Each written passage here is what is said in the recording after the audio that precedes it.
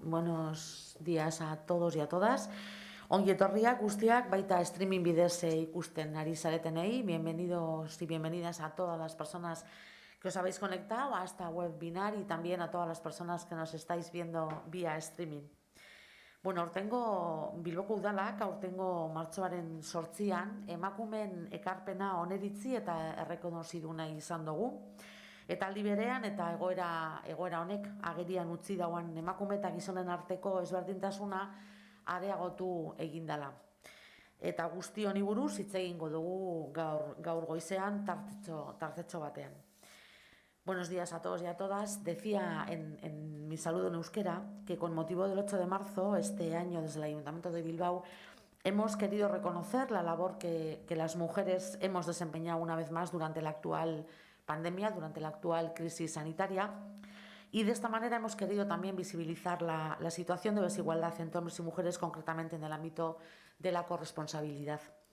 En el confinamiento y durante todos estos meses, durante todo este año, va a ser un año ya de la situación actual, la desigualdad entre hombres y mujeres a la hora de asumir la responsabilidad del ámbito privado se ha hecho más evidente que nunca. En este periodo de tiempo, las tareas no remuneradas en el hogar, así como el cuidado de personas mayores, de menores y de personas con discapacidad, han caído de nuevo en manos de las mujeres. De ahí también la campaña de comunicación de este año, ¿no?, que hemos querido lanzar desde el Ayuntamiento de Bilbao con el lema "¿Y tú cómo lo haces?", no la moldatzen Sara, tú cómo te arreglas, cómo lo haces.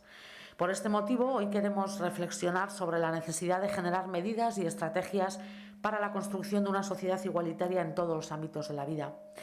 Creemos que la conciliación de la vida personal y laboral, sobre todo de las mujeres, ha de ser una realidad, y con este objetivo hemos organizado hoy este foro virtual, esta webinar titulada Conciliación responsable, reto por la igualdad, donde contaremos en este caso con dos mujeres expertas que nos van a acompañar a lo largo de esta mañana. Voy a hacer un breve currículum de cada una de ellas antes de darle paso a la primera ponente. Tenemos la suerte de contar con dos invitadas, con dos mujeres excepcionales. Por un lado está Rosa Cobo Bedia. Hola Rosa, te veo por ahí. Rosa es profesora titular de Sociología de la Universidad de A Coruña, que en estos momentos dirige la 8ª edición del Máster Online sobre Igualdad y Equidad en el Desarrollo, organizado por Cooperación y la Universidad de Vic. Además, ha impartido y sigue impartiendo cursos y conferencias sobre teoría feminista a lo largo de todo el Estado español y en casi toda América Latina. Es directora de Atlánticas, revista internacional de estudios feministas de la Universidad de A Coruña. Y en su amplia trayectoria cuenta con numerosas y conocidas obras y diversos premios otorgados por su implicación, defensa y contribución al feminismo. En su ponencia, titulada Roles de género y espacio privado doméstico, nos va a dar una perspectiva teórica sobre los roles de género, cómo se han ido construyendo y evolucionando, cómo marcan los comportamientos de las personas, de mujeres y de hombres, tanto en el ámbito privado como en el público, y cómo determinan la forma de integración en el mercado laboral de las mujeres. En segundo lugar, nuestra segunda ponente en este caso es Empar Aguado Bloise, doctora, profesora del Departamento de Sociología de la Universidad de Valencia y miembro del Instituto Universitario de Educación a Distancia de la misma universidad.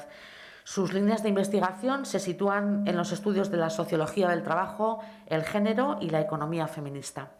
Ha participado en diferentes proyectos de investigación nacionales e internacionales y ha formado parte del proyecto Mujeres en Mundos de Hombres, también reconocida por sus obras y galardonada por su contribución a los estudios feministas. Su ponencia se titula El confinamiento como laboratorio, conciliación y corresponsabilidad en tiempos de pandemia. La ponencia presentará, entre otras cosas, algunos de los resultados obtenidos sobre cómo afecta el confinamiento a las medidas adoptadas desde el mundo laboral, como el teletrabajo, y cómo afecta también a la conciliación en las unidades familiares, analizando la administración de los tiempos en los hogares. Esperamos que este análisis que ambas van a hacer, este análisis feminista, nos ayude a reflexionar sobre las líneas de actuación futuras para adecuarlas a las necesidades de las mujeres desde una perspectiva feminista. Después de las ponencias abriremos un turno para las preguntas y el debate en el que os animo a todas las personas a participar. Bueno, pues vamos a dar la palabra en primer lugar a Rosa Cobo, cuando quieras. Muchas gracias, Nekane. Bueno, en primer lugar, no podría ser de otra manera, quiero agradecer al área de igualdad del Ayuntamiento de Bilbao, a Nekane Alonso, también a Maya, que hayáis tenido la enorme amabilidad de invitarme a participar en estas jornadas. Es que ricasco. Voy a hacer una reflexión que va a partir de un hecho. Ayer, creo que fue ayer, publicaban un artículo en el diario.es Juan Torres y Emelina Fernández Soriano acerca de la pandemia, acerca de cuáles están siendo los efectos de la pandemia sobre las mujeres. Y hacían dos afirmaciones de las que yo voy a partir, aunque yo sé que después sobre esto y con mucho más criterio hablará en par, pero la primera afirmación que hacían es que la pandemia está suponiendo un empeoramiento de las condiciones de vida de millones de mujeres en todo el mundo. Esa era la primera afirmación. La segunda afirmación es que estimaban que la pandemia provocará retrocesos históricos en algunos de los problemas centrales en las vidas de las mujeres, por ejemplo, en la brecha salarial, en la conciliación, en la violencia, en la pornografía y, en general, en la mercantilización de los cuerpos de las mujeres, entre otros. Bueno, he tomado estas observaciones como punto de partida a lo que yo quiero explicar. Lo que yo quiero explicar es cómo la pandemia, si está teniendo efectos negativos, efectos más negativos, si está aumentando la desigualdad para las mujeres, es porque se asienta en una estructura, en una estratificación que tiene un carácter estructural y que es la columna vertebral de las sociedades patriarcales. Estoy hablando, por supuesto, de esta división de la sociedad en dos espacios, en un espacio privado doméstico y en un espacio público político. Y este elemento ha sido un rasgo fundamental de la modernidad, de una manera muy clara y muy explícita de la modernidad en Occidente. Pero en todo caso, en todas las sociedades que se conocen, siempre con variaciones que tienen que ver con la cultura, por supuesto, de cada sociedad, con variaciones, esta división es una división que se repite, que se replica en todas y cada una de las sociedades. Hablar de lo privado y de lo público, o de lo privado doméstico y de lo público político, es hablar de la división sexual del trabajo. Uno de los grandes sociólogos de la modernidad, Durkheim, un sociólogo muy conservador y que ahora retrospectivamente podríamos decir que una de las características que tenía no era precisamente la de ser favorable a los derechos de las mujeres, explicaba que de todas las estratificaciones que ha habido a lo largo de la historia, la primera ha sido la división de funciones entre hombres y mujeres. Bueno, podríamos estar de acuerdo con él, si no fuese porque después va a hacer otra afirmación en su enorme libro, sin ninguna duda, y es que va a atribuir a esta división de funciones, le va a atribuir un carácter espontáneo. Y las opresiones, las subordinaciones, las desigualdades no son espontáneas. Siempre que se articula una desigualdad es porque detrás hay quien se beneficia de esa desigualdad. Decía antes que la división sexual del trabajo es la columna vertebral sobre la que se asientan las sociedades patriarcales. Y esto tiene una característica, y es que esa división de funciones es también una asignación de espacios que está marcada por una distribución asimétrica de recursos. No tiene el mismo valor el espacio privado doméstico que el espacio público político. Tiene un carácter estructural. El espacio privado doméstico es el espacio del trabajo reproductivo y el espacio público político es el espacio del trabajo productivo. ¿Qué serían los trabajos reproductivos? Que son esos trabajos que realizan las mujeres en el ámbito del hogar o detrás de las paredes del hogar.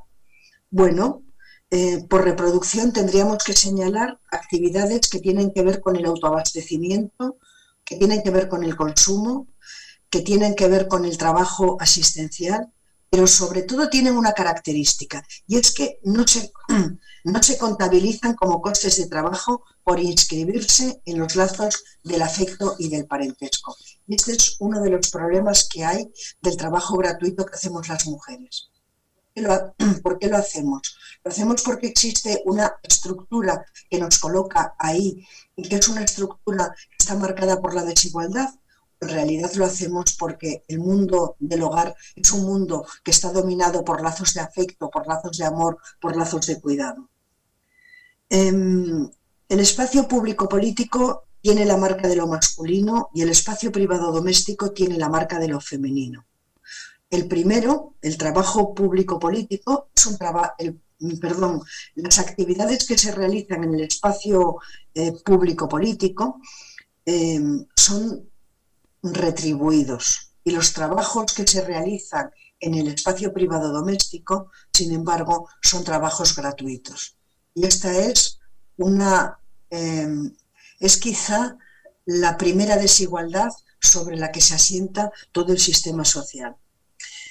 Ambos espacios, aunque en realidad desde la sociología, desde la política, desde las ciencias sociales, se nos ha dicho que son espacios iguales pero diferentes, la realidad del asunto es que no son espacios iguales, sí son diferentes, pero sobre todo y fundamentalmente esos dos espacios están jerarquizados, son espacios asimétricos. Nos colocan a las mujeres y a los varones en lugares distintos, porque el espacio público político es un espacio de movilidad social, es un espacio de mérito, pero sin embargo el espacio privado doméstico es un espacio en el que funciona, ya lo decía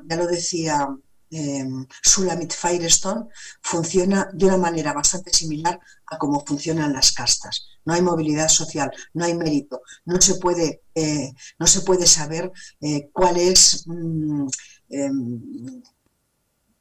cuán cualificado o poco cualificado está el trabajo que tiene lugar en ese espacio. Y sin embargo, hay una extraordinaria disonancia entre lo que es el espacio privado doméstico, entre cuáles son los trabajos que se realizan detrás de las paredes del hogar. Hay una disonancia con respecto a cómo la teoría política nos ha contado que es ese espacio. Y eso es importante, tenemos que desvelarlo.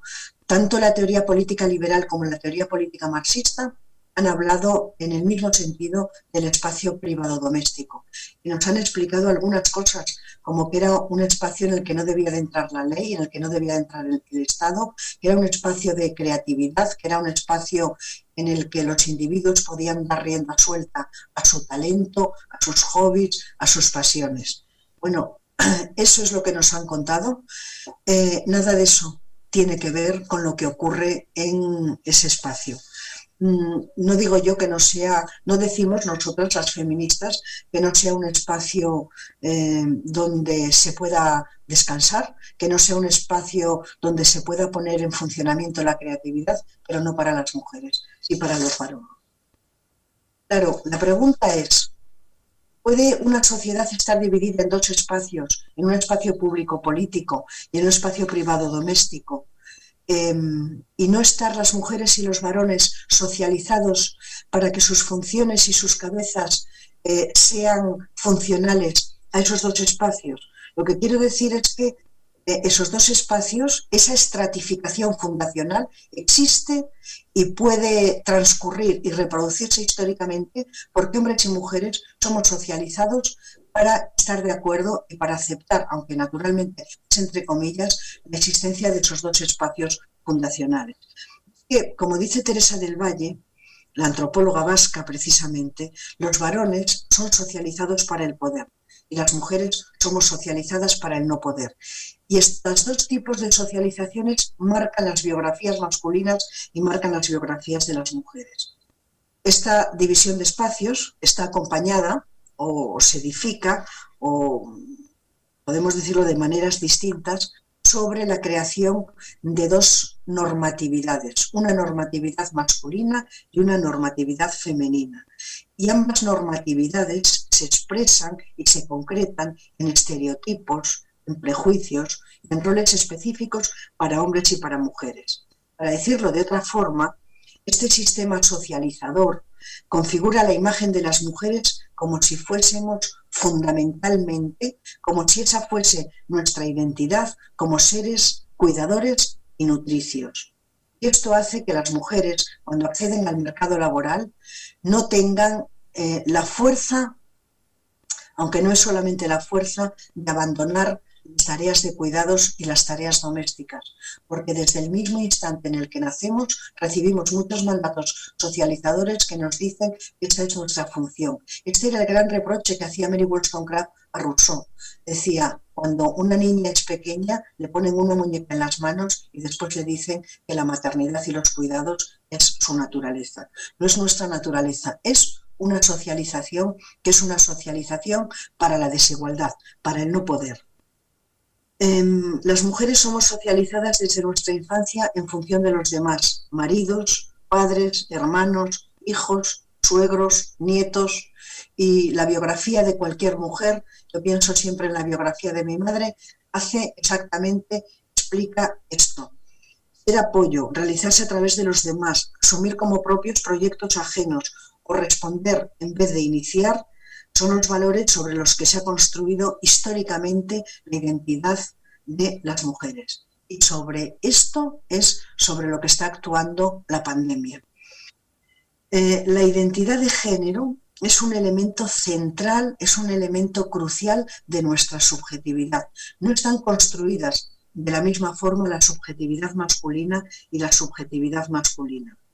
Y toda manifestación contraria a la socialización de género está penalizada con diversos mecanismos de control social, que luego podemos hablar de ellos quizá en el debate. El espacio privado doméstico está marcado por la dependencia económica de las mujeres, por la invisibilidad del trabajo doméstico y de cuidados, por el escasísimo reconocimiento de su relevancia económica y desde luego por el no prestigio de esas tareas. A medida que va a transcurrir la modernidad, se van a consolidar estos dos espacios hasta que después de la Segunda Guerra Mundial se produzca un hecho que va a condicionar muchísimo la vida de las mujeres, en primera instancia la vida de las mujeres de Occidente y después la vida de las mujeres de otras partes del mundo, y es que la derecha económica y la izquierda sindical y política van a firmar un pacto social. Y ese pacto social va a dar lugar a los estados de bienestar. Los estados de bienestar que primero se van a construir en Occidente y que el resto de los países, aunque en la gran mayoría no van a poder hacer estados ni sociedades de bienestar, van a llegar a la conclusión de que estos estados de bienestar son el espejo en el que se van a mirar. Este contrato social va a tener las siguientes características. Va a haber un sistema público y universal de salud, un sistema de pensiones para la vejez, un sistema educativo también universal y público y la jornada de 8 horas. Estas van a ser las grandes reivindicaciones que va a hacer la izquierda política y la izquierda sindical. A cambio de eso, la derecha le va a pedir a la izquierda que tenga la fuerza y la capacidad de controlar y de canalizar el conflicto social. Bueno, sobre este pacto que se está rompiendo con las políticas económicas neoliberales, sobre este pacto se han construido nuestras vidas y se han construido las sociedades de Occidente. Lo que no suelen decir los libros de economía es que este pacto social escondía en sus entrañas otro pacto, otro contrato, que era el contrato sexual, que consistía en que los varones tenían que ser proveedores universales, tenían que ser los que habitasen el mercado laboral y las mujeres, por lo tanto, receptores de derechos y receptores de un salario familiar, y las mujeres tendrían que ser amas de casa, tendrían que ser trabajadoras gratuitas. Por supuesto que el feminismo de los años 60 y el feminismo de los años 50, el feminismo de los años 70 y de los 80 se mostró fuertemente crítico con este esquema. Y este esquema ha tenido consecuencias devastadoras para las mujeres, como por ejemplo las pensiones de viudedad, o como por ejemplo que las mujeres somos mayoría en las pensiones no contributivas, o como por ejemplo que las mujeres, cuando llegamos a la edad de la jubilación, nuestra calidad de vida baja en mucha mayor medida que la de los varones. Bueno, Betty Friedan, una feminista célebre, va a explicar en la mística de la feminidad este proceso. Este proceso, bueno, va a tener algunas variaciones porque en los años 60 vamos a comenzar las mujeres a entrar en el mercado laboral. Y yo, para poder explicar esto, quería decir dos conceptos. Uno, el de una economista británica que se llama Ingrid Palmer, que habla del impuesto reproductivo. El impuesto reproductivo es el impuesto que pagamos las mujeres por todo el trabajo gratuito que realizamos en el hogar. Pero este concepto de Ingrid Palmer yo creo que tiene que ser completado con otro concepto que me gusta mucho de Anna Jónasdóttir, que lo llama plusvalía de dignidad genérica. Y ella explicará que que entre los hombres y las mujeres, en el contexto del hogar, en el contexto del espacio privado doméstico, hay un intercambio que es desigual, porque las mujeres hacemos trabajo gratuito que los varones no hacen, porque las mujeres hacemos trabajo de cuidados que los varones mayoritariamente tampoco hacen.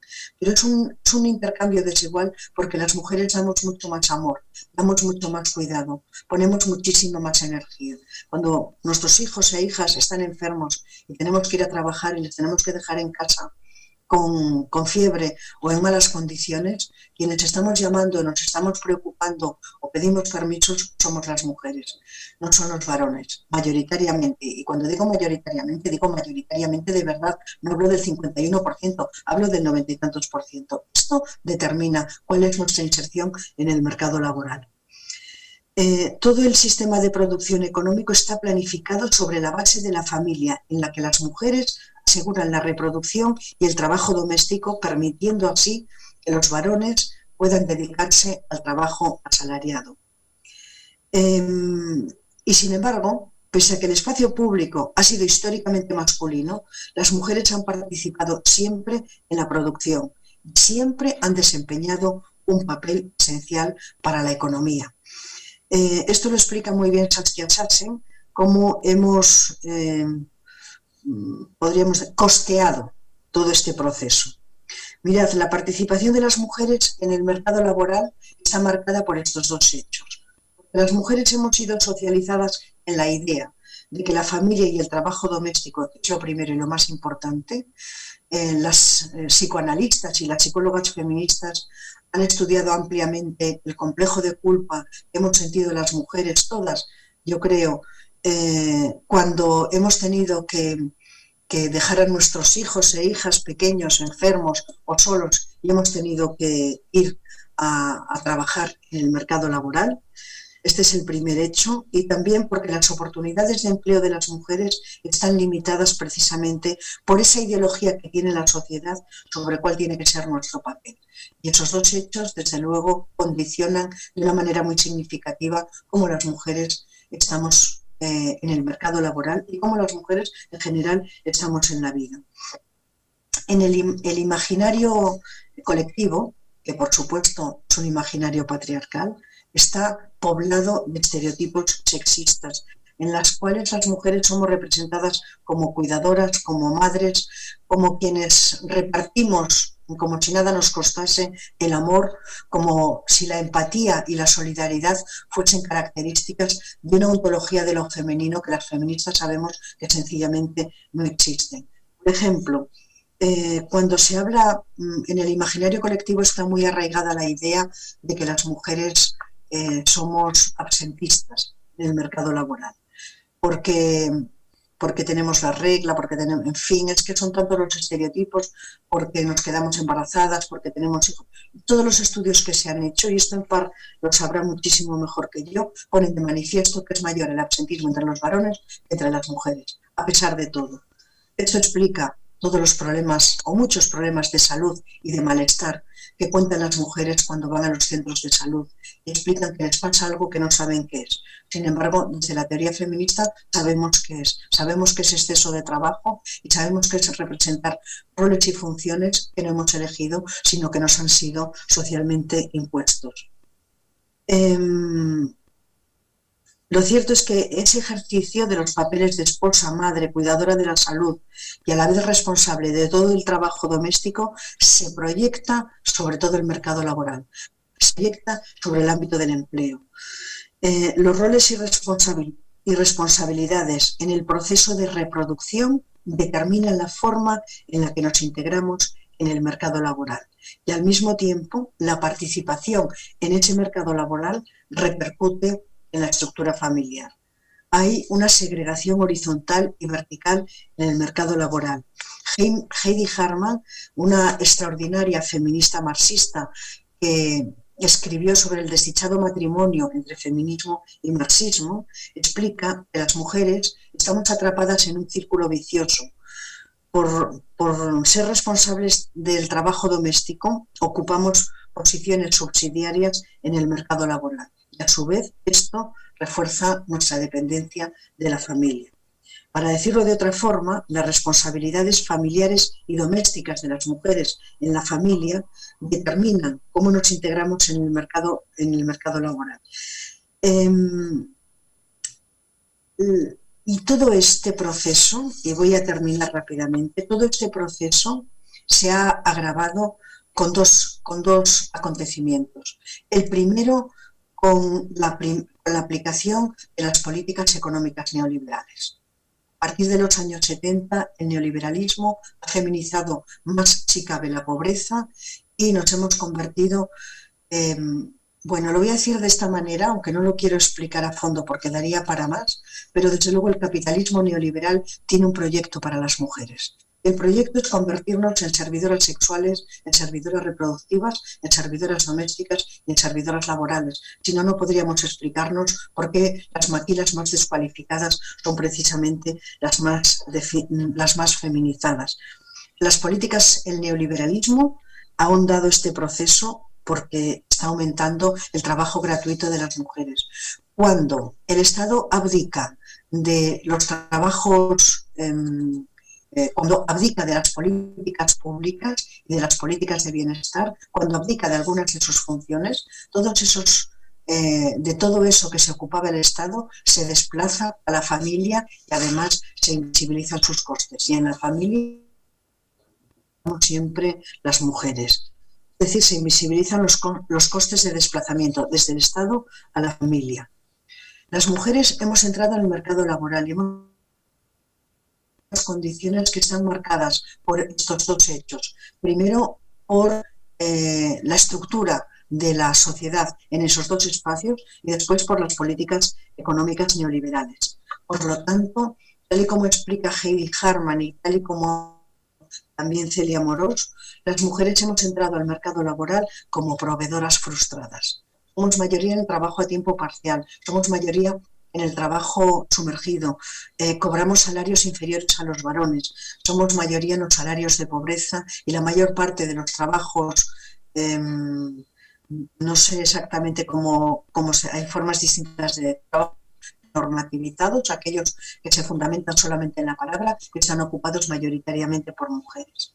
Yo quería terminar citando a una economista feminista que creo que ha sido de las que mejor quizá ha conceptualizado el trabajo gratuito que hacemos las mujeres en el hogar, que es Cristina Carrasco.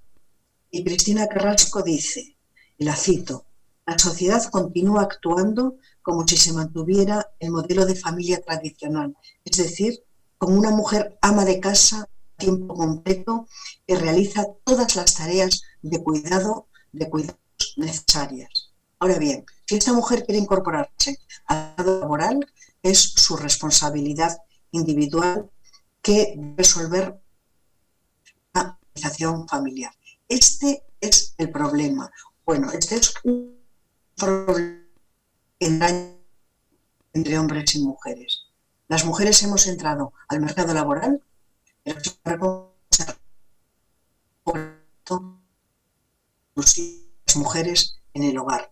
Y voy a poner un ejemplo para terminar. Es posible que no haya una estructura de guarderías gratuitas para que las familias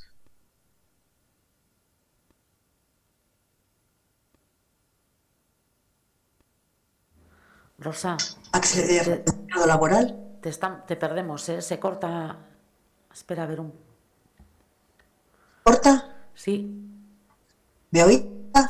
te oímos, pero sí, como ¿Me oís entrecortado. lejos?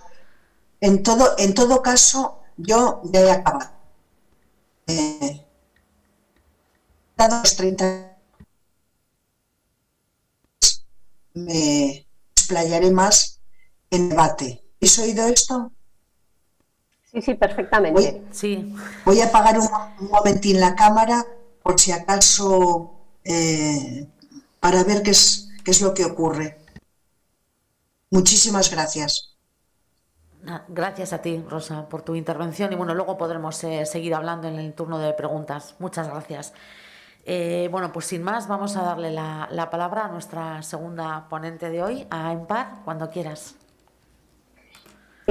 Hola, buenos días, Kaixo. Eskerrik asko gonbida pena gatik.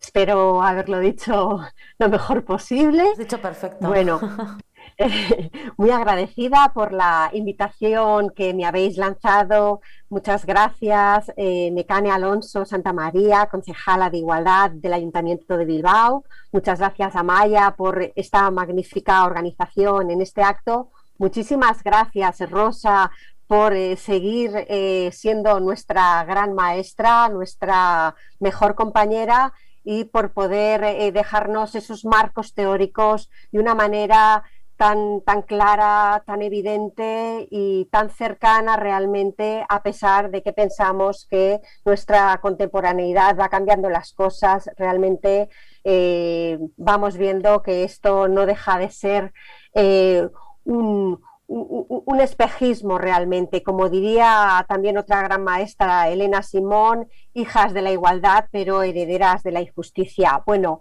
voy a compartiros una presentación que he preparado para intentar de alguna manera pues poder recordar todas aquellas cuestiones que os quería compartir de nuestra investigación realizada. Vamos a ver si...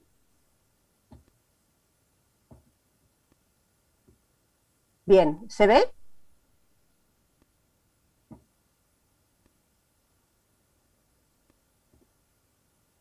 ¿Sí? ¿Podríais decirme que se carga perfectamente? Sí, está ven? perfecto, ¿eh? Perfecto, muy bien, de acuerdo. Muy bien, bueno, pues una vez realizados los agradecimientos, vamos a intentar contextualizar todas estas cuestiones. Intentaré ceñirme al tiempo que me habéis dado, aunque en mi caso yo realmente no soy tan buena como Rosa con el control de los tiempos. Así que os daré permiso para que cuando lleve 30 minutos más o menos hablando me podáis de alguna manera llamar al orden. Intentaré sintetizar.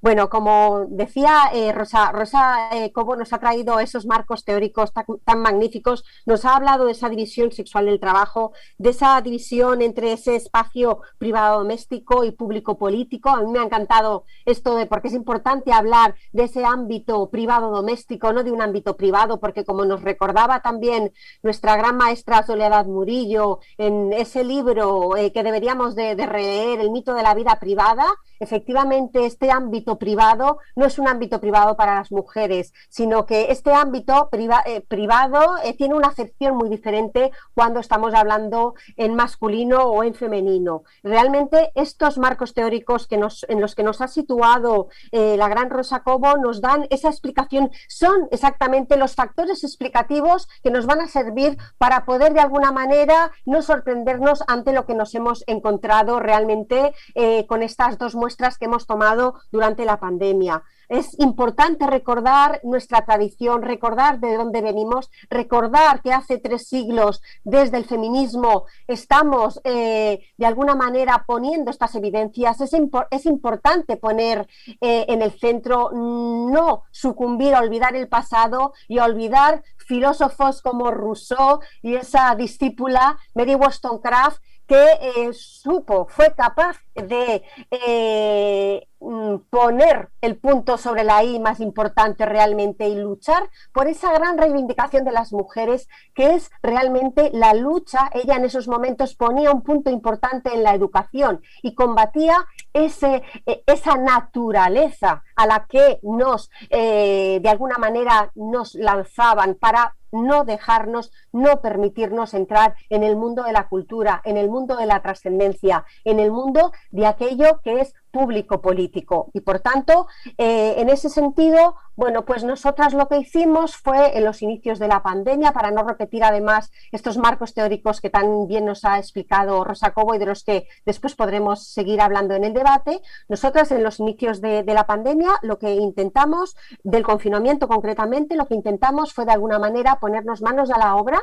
Desde la sociología no teníamos otra mejor manera de poder coser mascarillas para la sociedad, más allá que lanzar nuestros saberes e iniciar nuestras investigaciones, y en ese sentido, por supuesto, no puede lanzar una mirada diferente a la que lanzamos nosotras, las feministas, a la hora de tomar estas muestras y observar qué es lo que estaba ocurriendo en esos hogares en un momento en los que ese trabajo productivo, entre comillas, a mí lo de productivo, entre comillas, me gusta ponerlo así, y trabajo reproductivo, y cuando pongo reproductivo me gusta ponerle un re-guión productivo, porque yo digo que ese trabajo reproductivo es que es 2 veces productivo, y sin ese trabajo productivo no podríamos realizar ese trabajo, entre comillas, productivo. Como diría María Jesús Izquierdo, el mundo al revés, realmente, a la hora de denominar estas cuestiones. Bueno, pues era importante en este confinamiento observar qué iba a ocurrir en esas unidades familiares en las que se iban a solapar esos tiempos, esos espacios y esos ámbitos productivos y reproductivos, con además unos agravantes importantes, que eran los agravantes a los que nos había impuesto la pandemia. El no poder disponer de ese sistema educativo y, por tanto, no solo tener que atender esos empleos, sino que atender además de esas necesidades de cuidado, de vida, que realmente se estaban dando en la sociedad en estos momentos. Bien, os he puesto aquí, veréis una imagen, mujeres y hombres frente al desempleo, el caso español en la primera crisis del siglo XXI, porque esta es la última investigación importante de la que yo partía, una investigación liderada en su momento por Enric Sanchis, en la que intentamos lanzar una mirada al malestar que estaba confiriendo el desempleo en el Estado español, y por supuesto que mi mirada no podía ser otra que intentar observar también qué estaba ocurriendo con respecto a estos malestares, cuando estos malestares o cuando este desempleo se producía o era nombrado con boca de hombre o con boca de mujer, y también observar cómo se estaban dando en esos momentos en los que veíamos que muchos hombres habían aumentado su nivel de desempleo por los sectores, porque sabemos que las mujeres hemos entrado masivamente al empleo, al mercado de trabajo, masivamente, no porque las mujeres, como bien ha dicho Rosa Cobo, no hayamos estado contribuyendo al trabajo productivo toda la vida, sino que con carácter institucional, de alguna manera, las mujeres ya estamos abocadas también a esas trayectorias continuas y con mucha...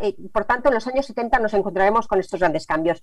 Bien, con la entrada en esta primera gran crisis del siglo XXI, vimos que este elemento fue un elemento importante de activación para las mujeres, de una activación que se producía realmente con muchas dificultades, porque además de encontrarnos con las dificultades que tenían muchas de esas mujeres que pasaban desde la inactividad hasta la actividad en esos momentos de gran desempleo, nos encontrábamos también con unidades familiares en las que ambos adultos de la familia estaban en desempleo, y por tanto esto al final significa mucho más trabajo para las mujeres, ese trabajo que también desarrollan habitualmente en el ámbito privado doméstico. Bien, en esos momentos nos preguntábamos cómo estaban transcurriendo estos tiempos para los hombres y para las mujeres, y también intentábamos observar en un momento en el que las estadísticas desde la encuesta de población activa nos estaban diciendo que había más hombres que se estaban convirtiendo en amos de casa, entre comillas, ¿verdad?, o hombres en casa, como alguna literatura los ha denominado. Por tanto, era importante observar qué ocurría en esas narrativas, si de verdad esos hombres en casa de verdad estaban aumentando, estaban deconstruyendo también su manera de construir la identidad, su manera a partir de esos mandatos de género, y si realmente empezaban también a desarrollar mucho más trabajo productivo en los hogares. Bueno, aquí lanzamos una serie de preguntas de investigación y, por tanto, viniendo yo de esta investigación, no podía más que generar estos imaginarios al respecto de preguntarme qué podía estar ocurriendo en los hogares en estos momentos, cuando la encuesta de empleos del Tiempo nos está diciendo continuamente que los hombres y las mujeres realmente soportan una carga global de trabajo diferente y siempre sitúan a las mujeres con una carga superior, con una carga global de trabajo superior. Lo que ocurre es que habitualmente en los grandes titulares se habla normalmente de ese ámbito público-político y respecto simplemente al trabajo productivo, entre comillas. Bien, utilizando algunos datos trabajados por compañeros, de hecho los datos que os he puesto aquí en la pantalla están extraídos de una investigación de Carlos Prieto, trabajados por Prieto y Callejo, en el que podemos observábamos ya en esos momentos de crisis cómo los hombres desempleados dedicaban menos cantidad de tiempo al trabajo reproductivo que incluso las mujeres que estaban ocupadas. Ojo, esto yo creo que era una evidencia muy importante. Y por tanto, ahí nos lanzamos a buscar o a trabajar o a diseñar nuestra investigación en la pandemia. Bien, lo que hicimos en esos momentos fue construir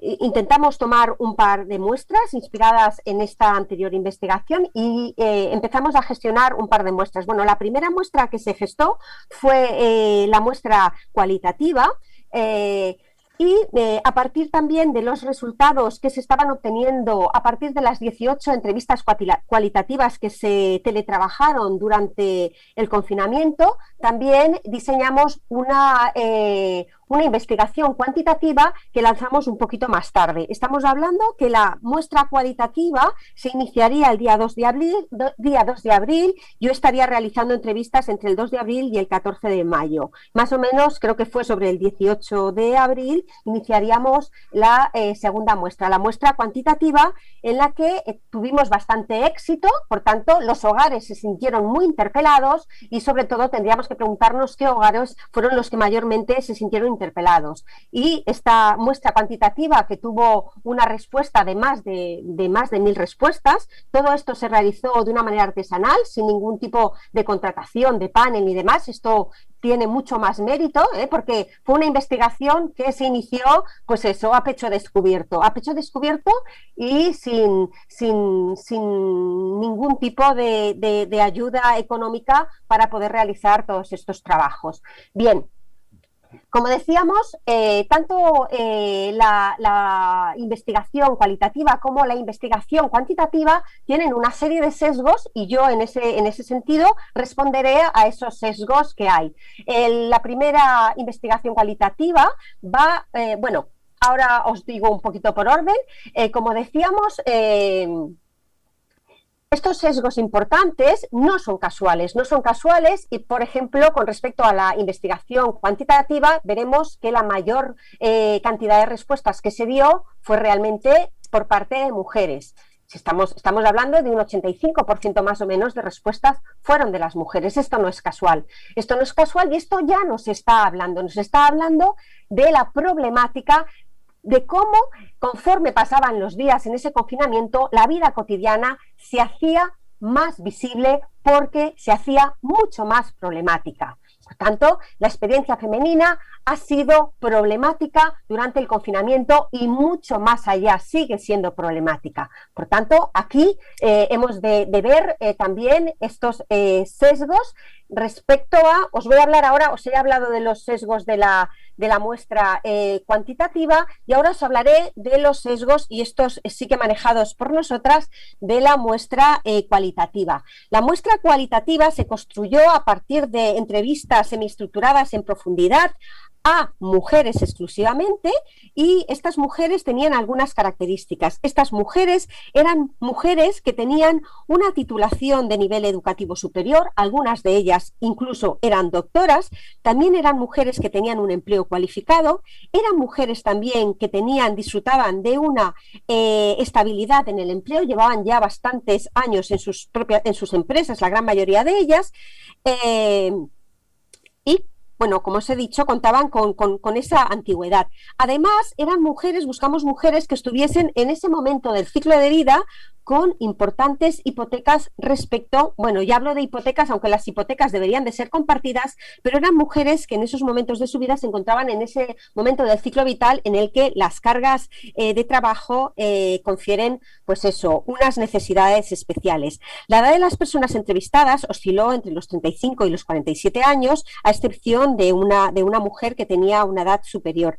La edad media de las criaturas fue de 7 años y el caso más frecuente respecto al número de hijos e hijas que se tenían era de una criatura. Bien,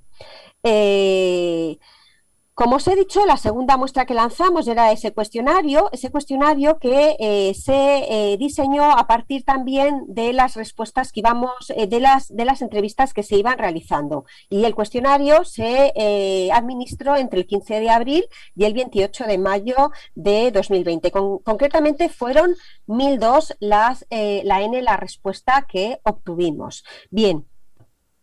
Algunos de los resultados preliminares parciales que íbamos obteniendo, que se fueron obteniendo en las entrevistas cualitativas, fueron presentados en una noticia titulada Teletrabajo y conciliación, el estrés se lleva con las mujeres, que se publicó a través de la plataforma divulgativa científica de Conversation. Esta es la portada que aparecía y que causó un altísimo impacto. Esto también nos hablaba mucho más de cómo de conflictiva estaba resultando la vida cotidiana. La noticia fue replicada por casi una treintena de medios de comunicación y tuvo más de 16.000 visualizaciones, fruto de esta, como os he comentado, elevada preocupación social en relación con la problemática y con la conflictividad que se estaba viviendo en los hogares.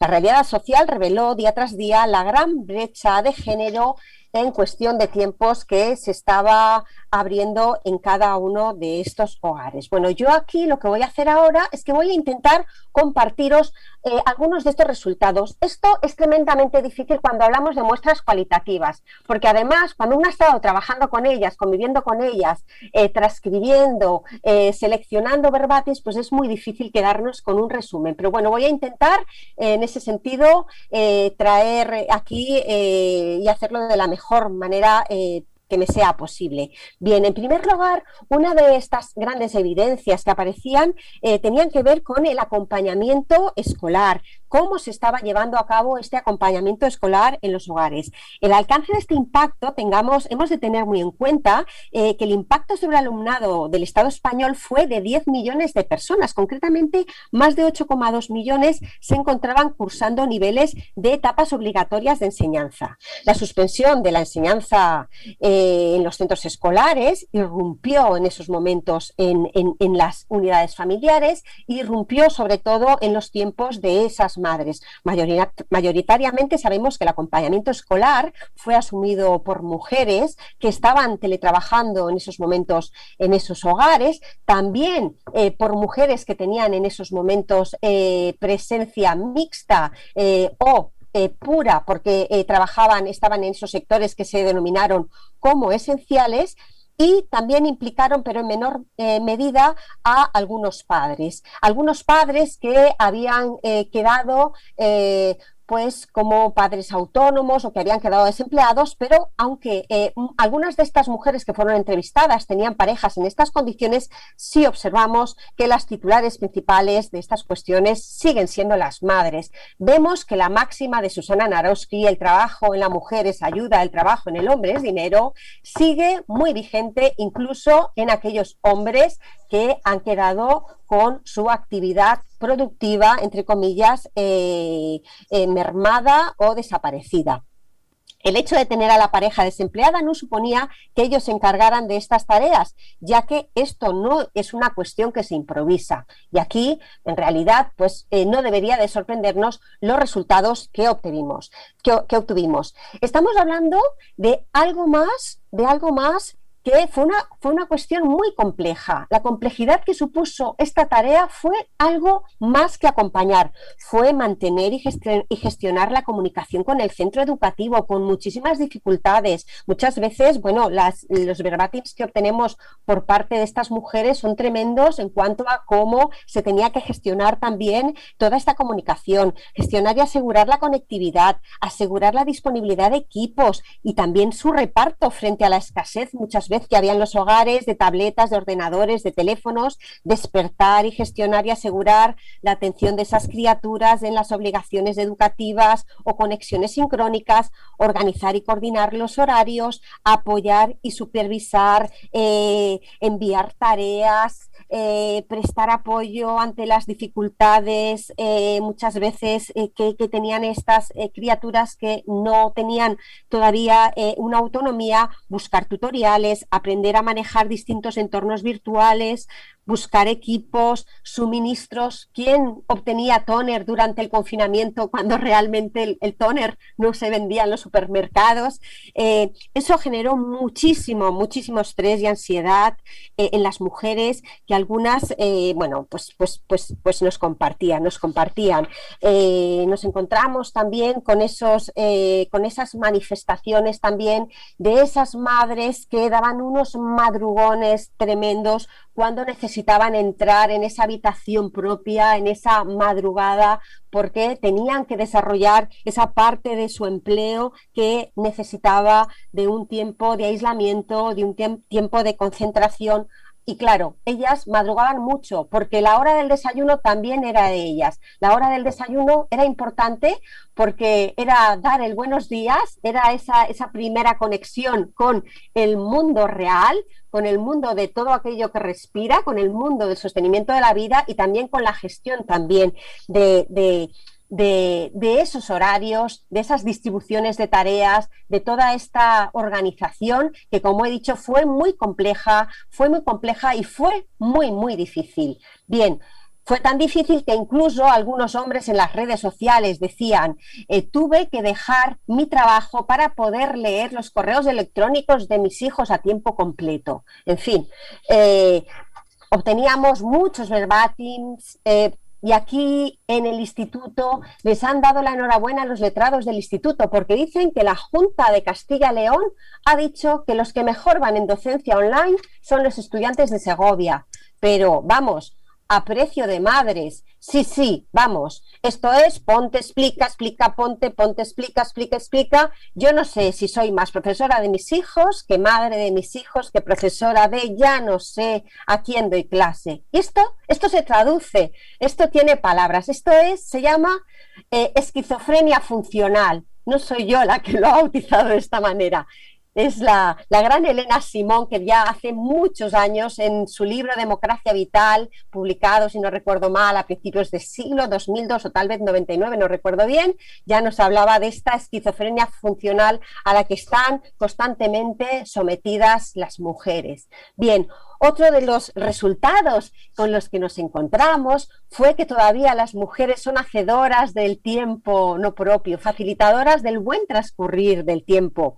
Como aseveró la gran Judy Wachman en un artículo que escribió y que se tradujo y que formó parte de un libro que se publicó en el 2005 en nuestro país, no solo el trabajo de las mujeres está influido por la esfera doméstica. La relación de los hombres con el trabajo también se ve afectado por sus responsabilidades domésticas y su privilegiada posición en la familia. Salvando las distancias temporales, pudimos constatar que algunas de las mujeres entrevistadas manifestaron dedicar tiempo y esfuerzo a facilitar que sus parejas pudieran disponer de un tiempo puro, de un tiempo sin interrupciones, derivado de la necesidad de atención a las personas menores que estaban en esas unidades familiares. Por tanto, ahí tenemos todavía esa gran máxima de la antropóloga Susana Naroski: el tiempo en el hombre es dinero. y parece que todavía el tiempo de la mujer es ayuda, el empleo de la mujer, es ayuda, aunque esas mujeres tengan un empleo a lo largo de toda su vida, es decir, que no tengan tampoco unas trayectorias discontinuas respecto a esa profesión. Esa fue una de las prácticas que se pudo confrontar desde las primeras entrevistas. Las mujeres que estaban teletrabajando, mientras las criaturas se encontraban confinadas en casa, no solo tuvieron que teletrabajar y realizar tareas de cuidado de los hijos e hijas, sino también facilitar que cuando sus parejas tenían una atención telefónica, tenían una reunión, pudiesen no ser molestadas. En cambio, esta pandemia, bueno, ha sido un clásico realmente el observar cómo en las reuniones de las mujeres constantemente aparecían criaturas por medio. Pudimos...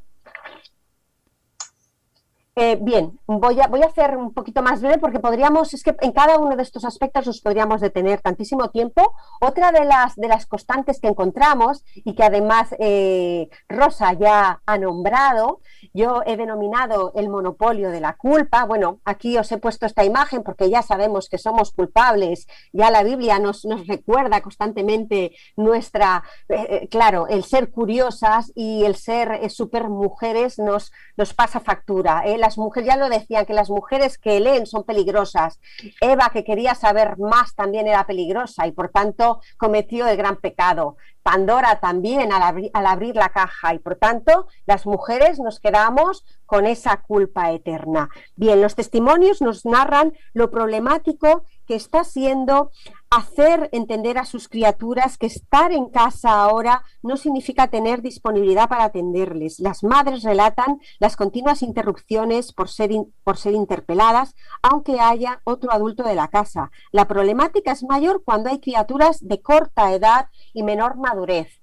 Respecto a todos estos resultados que se obtendríamos también la gran presencia de la culpa, no solo en la cualitativa, sino también en la cuantitativa. Se observa de una manera muy clara, pero hay muchos estudios durante la pandemia que también nos hablan de ello. Concretamente, tenemos una de estas investigaciones, las consecuencias psicológicas de la COVID-19 y el confinamiento, de Bayuerka y otras investigadoras, que nos hablan también de cómo de diferente se da entre los hombres y entre las mujeres. El sentimiento de culpa aparece junto a la sensación de no estar haciéndolo bien, de no cuidar como se debería. El sentimiento de culpa es la herramienta, ya sabemos, más eficaz del patriarcado. El sentimiento de frustración y de fracaso también será expresado.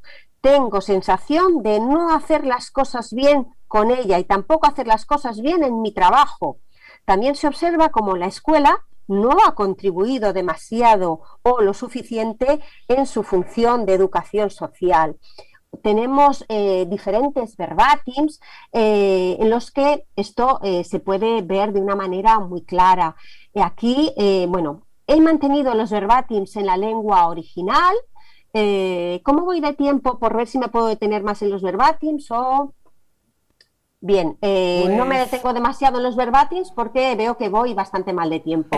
Bien, sí, tienes hasta 10 sí, como mucho. Sí, perfecto, pero todavía veo que me queda bastante, por tanto después si queréis, bueno, pues realmente a toda esta investigación pronto podréis acceder también en abierto y podremos escuchar y leer muchas de estas narrativas, porque el informe final de nuestra investigación, que ha quedado un poco largo, son 166 hojas de informe final, pero bueno, pues ahí podremos tener acceso a todas estas narrativas que se han clasificado de la mejor manera posible. Bien, otra de las cuestiones, el vínculo y la gestión de emociones. Bueno, bien, es que claro, ya sabemos que quien más estaba es quien más va más presencia y quien más gestión va a tener también cuando todo ocurrió realmente. Porque ¿qué nos sorprendió? ¿Qué nos sorprendió realmente cuando empezamos a ver los resultados que se estaban dando durante el confinamiento y más allá, ¿verdad? El vínculo emocional que se observa establecido entre las madres y las criaturas hará que sean ellas las principales receptoras del malestar, la impotencia y la incertidumbre que genera la pandemia en sus hijos e hijas. Las madres y también pero en menos ocasiones los padres, como decía Rosa, más en un 90 que en un 50 ¿verdad?, han tenido que realizar un trabajo importante respecto a la gestión de emociones, y esto aparecía también en esas entrevistas, como esas criaturas también eran criaturas que necesitaban también de una atención especial porque estaban confinadas, porque ahí veíamos también como muchas de esas criaturas pues tenían terrores nocturnos o perdían el control de esfínteres, porque realmente la gestión en los hogares ha sido una gestión que ha requerido de mucho esfuerzo, y de un esfuerzo que hubiese sido mejor el que hubiésemos observado, que hubiera sido más corresponsable. A todo esto, deciros que mis 18 mujeres entrevistadas, todas ellas se autoconferían como mujeres corresponsables y como parejas igualitarias. Sinceramente, yo no lo percibí de esta manera cuando empecé a analizar realmente qué es lo que había detrás. Parece que la gestión y el cuidado no forma parte de esta corresponsabilidad, o que ellas se encargan de las tareas educativas que fueron tan duras durante el confinamiento, pero en cambio ellos habitualmente lo que venían a desarrollar eran pues risas y juegos y algunos ratos de correr. Bien, oportunidad de cambio y prácticas en el cuidado. ¿Se han observado en estas 18 entrevistas? Algunas, pero menores. Pero sí es verdad que en alguna de estas entrevistas sí que se ha observado, o nos han comentado algunas de estas mujeres, que el tiempo de confinamiento ha sido una oportunidad para que sus parejas empezasen a tener mayor tiempo de socialización con estas criaturas. Bien, esto se ha dado más cuando estas mujeres tenían un trabajo presencial, es decir, estaban en esos sectores que se categorizaban como imprescindibles y por tanto no podían tener esa presencia. Por tanto, vemos que presencia de las mujeres en el ámbito privado doméstico se transforma o se traduce en disponibilidad para el cuidado. Aquí debemos de tomar algunas notas para ver qué es lo que podríamos tener de cara al futuro respecto a esas políticas públicas. Por tanto, a la hora de plantear políticas públicas es muy importante, como decía Rosa, plantearnos políticas públicas de servicios y nunca políticas públicas de transferencia, porque cuando las mujeres están presentes, aunque estén presentes los padres, es como si no estuviesen, porque claro, si es que además los vínculos o esa socialización se ha gestado con respecto a esas mujeres, pues ¿cómo vamos a cambiar las cosas de una manera improvisada, ¿no?, como pasó en la pandemia? Y aquí reforzar también los logros o las luchas que por parte de las mujeres están empezando a dar resultados. Por ejemplo, hablemos, de los permisos de paternidad intransferible, que tantas luchas también han supuesto para poder, de alguna manera, no traducir ese tiempo de las mujeres en disponibilidad o tiempo al servicio de la familia o de los y las otras. Bien, más cuestiones. Otra cosa importante que apareció, estas mujeres manifestaban constantemente estar extenuadas. Siento que estoy todo el día trabajando, y el efecto de demostración, porque claro, como ellas eran el elemento flexible en el hogar, realmente, como os decía, madrugaban mucho, la hora del desayuno ya era con esas criaturas, muchas veces ellas trabajaban en el salón para estar más disponibles y poder también atender estas cuestiones de necesidades. Y por tanto, cuando todo esto estaba solucionado, ellas seguían trabajando, seguían con sus pantallas abiertas. Las mujeres entrevistadas expresaban sentir estar todo el día trabajando. A menudo, tener esa flexibilidad de horario se convierte en una demostración y un ejercicio de responsabilidad continua para sus superiores y para las organizaciones. Como nos decía esta mujer, dice, se juntan dos cosas. Se juntan que si te llaman del trabajo, pues contestas, sea la hora que sea. Y se juntan también muchas veces que no sabes desde la otra parte de tus jefes qué estarán pensando. Que si estás trabajando o no estás trabajando. No quiero que alguien mande un mail y no contestarlo al momento, porque piensen que no estoy delante del ordenador. Entonces, eso yo lo he hablado con más amigas mías. que son madres sobre todo, y nos está pasando a todas lo mismo, porque tenemos como esa carga de decir, es que claro, como saben que nos tenemos que ocupar de los niños, se van a pensar, claro, por tanto, constante efecto de demostración también delante de sus organizaciones para demostrar que son tan buenas realmente en el empleo como lo son también en los cuidados. Ser empleada y madre en nuestras entrevistadas nos denostaba esto y nos denostaba, pues eso, esta representación que os acabo de facilitar. Más observaciones al respecto de qué ocurría con esa división sexual del trabajo en el ámbito privado doméstico al respecto de esas tareas, porque claro, limpiar también es una parte de los cuidados, ¿verdad? Esa amplia parte de los cuidados. Bueno, aquí este primer verbatim que os he puesto, que parece mentira, es de una mujer académica, pero de una mujer académica que además es muy, muy ambiciosa con su carrera profesional. Y ella decía, lo traduzco al castellano, yo era como una ama de casa que trabajaba un par de horas al día, ¿vale? En esta unidad familiar nos encontrábamos con 2 académicos en el hogar y ella expresaba muchos de estos malestares a partir también de lo que ella denominaba capacidad o... ella decía que era una cuestión también ¿cómo le llamaba? Bueno, después volveré a este verbatim, bueno, a otro que he recogido, porque observaremos también en esta unidad familiar cómo realmente de conflictivo fue esta relación y al verse también defraudados respecto a cómo desarrollaban estas necesidades que en esos momentos habían aparecido en los hogares. Bien, a lo largo de la pandemia aparecieron muchas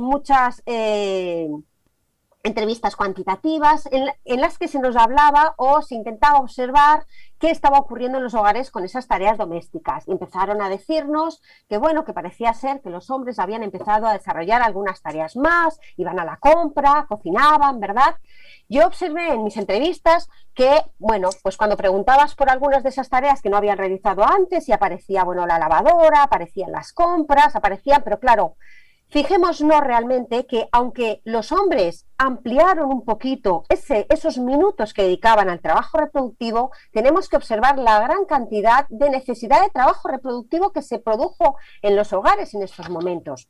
Nuestras entrevistadas, algunas decían, claro, es que antes llegábamos a casa por la noche, entonces, pero es que ahora se está cocinando varias veces en el día y claro, estamos todas las personas dentro de la casa. Había desaparecido la posibilidad de mercantilizar realmente ninguna de estas tareas. Una de las entrevistadas, y aquí lo he puesto, nos venía a decir también que el cómo había empezado esa corresponsabilidad por parte de esa pareja en los primeros días del confinamiento había ido transformándose con el tiempo y nos decía, pues mira, cuando comenzó todo esto, las tareas, el reparto de las tareas estaba mucho más equilibrada. Pero ahora te digo que se ha relajado un poquito. Y además, esta mujer nos decía que había respondido a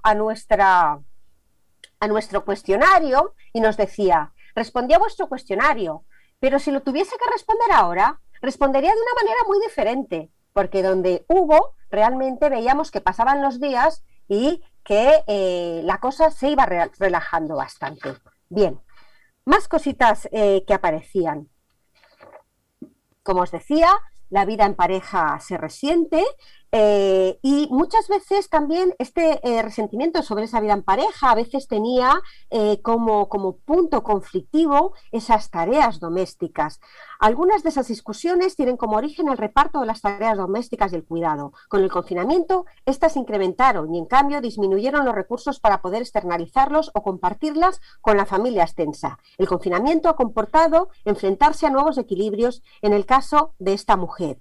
Ha supuesto la toma de conciencia de muchas amenazas. La entrevistada lo expresa en términos de competencia. Esta es la palabra que no me salía antes. Ella lo expresaba en términos de competencia e incompetencia de su pareja. De esta manera, ella siente que tiene que estar cargando con todo y la relación se resiente. Dice, la verdad es que el término de pareja está siendo muy difícil. porque lo que pasa es que nosotros, como somos bastante igualitarios en cuanto a las tareas de casa habitualmente, pero con la pandemia las tareas que teníamos antes no son las que tenemos ahora. Antes teníamos ayuda de una persona que venía, dice, y entonces todo lo que está ocurriendo es que las tareas de cocinar son mías, las tareas de limpiar también son mías, y al final, claro, soy una mujer que me gustaría tener igualdad.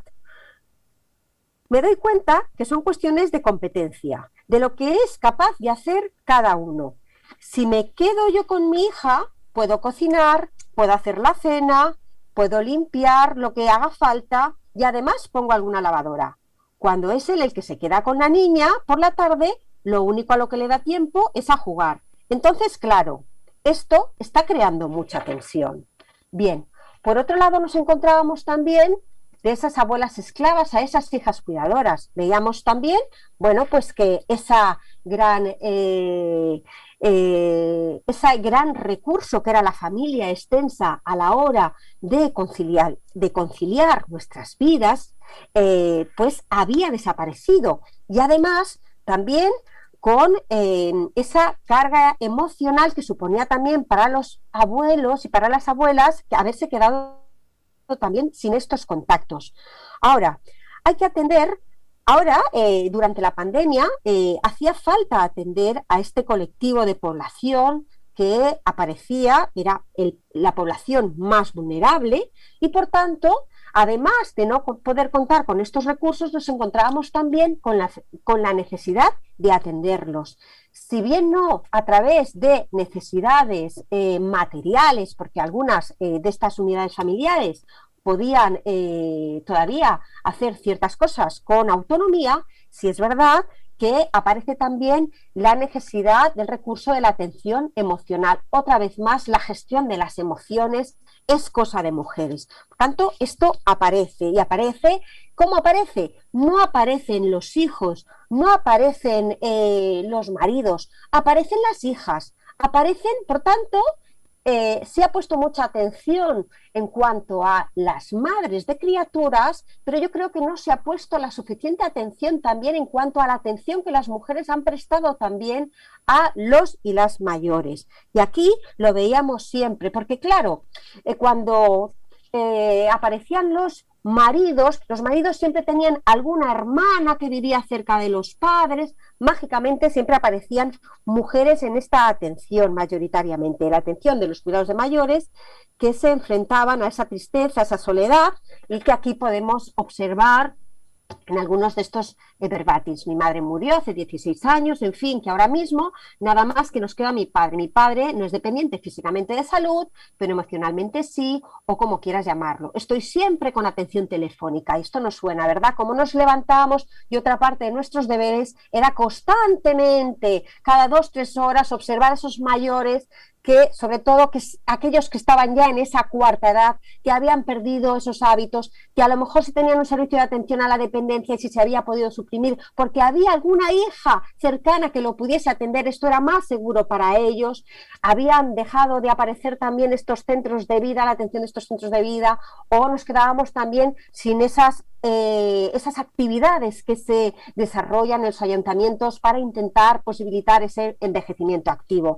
Pues bueno, en esos momentos hacía falta estar muy pendiente de estas personas mayores, hacía falta despertarlas para que no durmiesen más del tiempo, para que se levantasen, para que hiciesen ejercicios, para que no perdiesen esa musculatura que iba a poder dejarlos y dejarlas postradas sin esa oportunidad, porque claro, la vulnerabilidad de la atención a los pequeños, a las personas más pequeñas es importante, pero la vulnerabilidad que tienen las personas que están en la cuarta edad es tremenda. Y esto yo creo que ha sido también una de las cuestiones que hubiese sido importante que se hubiesen podido atender más durante estos momentos de confinamiento.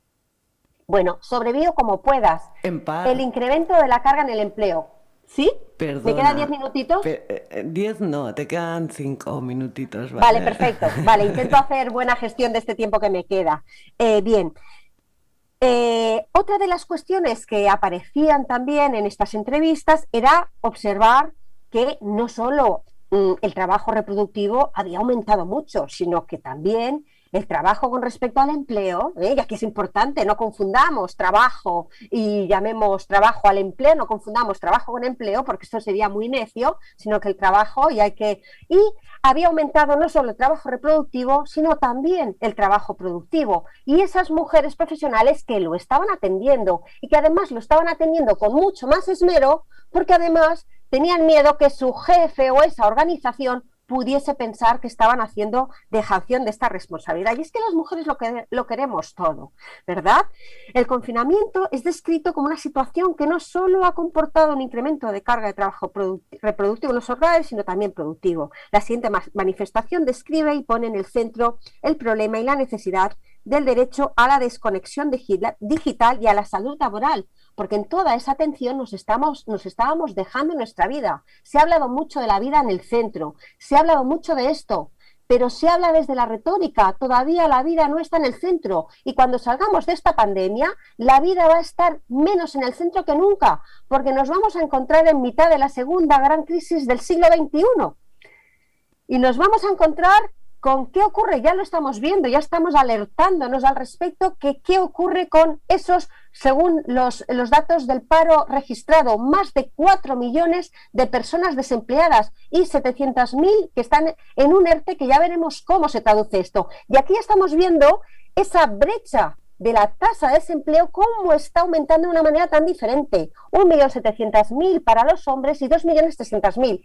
Y aquí esto lo vamos a tener que observar muchísimo, porque si en la primera gran crisis del siglo XXI estábamos hablando de una crisis que en primer lugar tuvo mucho impacto sobre los empleos masculinizados, tuvo ese impacto sobre los sectores feminizados más cuando la troika empezó a reducir la disponibilidad de gasto público, y aquí el empleo de las mujeres, porque claro, no nos olvidemos que las mujeres, como yo digo siempre, entramos tamizadas en el empleo, nos pasan por ese tamiz y entramos solo donde nos dejan entrar. Las mujeres entramos en sectores feminizados y a pesar de la gran dualidad que ocupamos las mujeres respecto al empleo, aquí tenemos mucho a decir. Y esta segregación horizontal a la hora de entrar en ocupaciones y en sectores es la que el factor explicativo principal de la brecha salarial de género que existe. Vayamos a ver cuántas mujeres hay en ese sector energía, por ejemplo, que aparece dentro de la encuesta de estructura salarial con los mayores salarios anuales.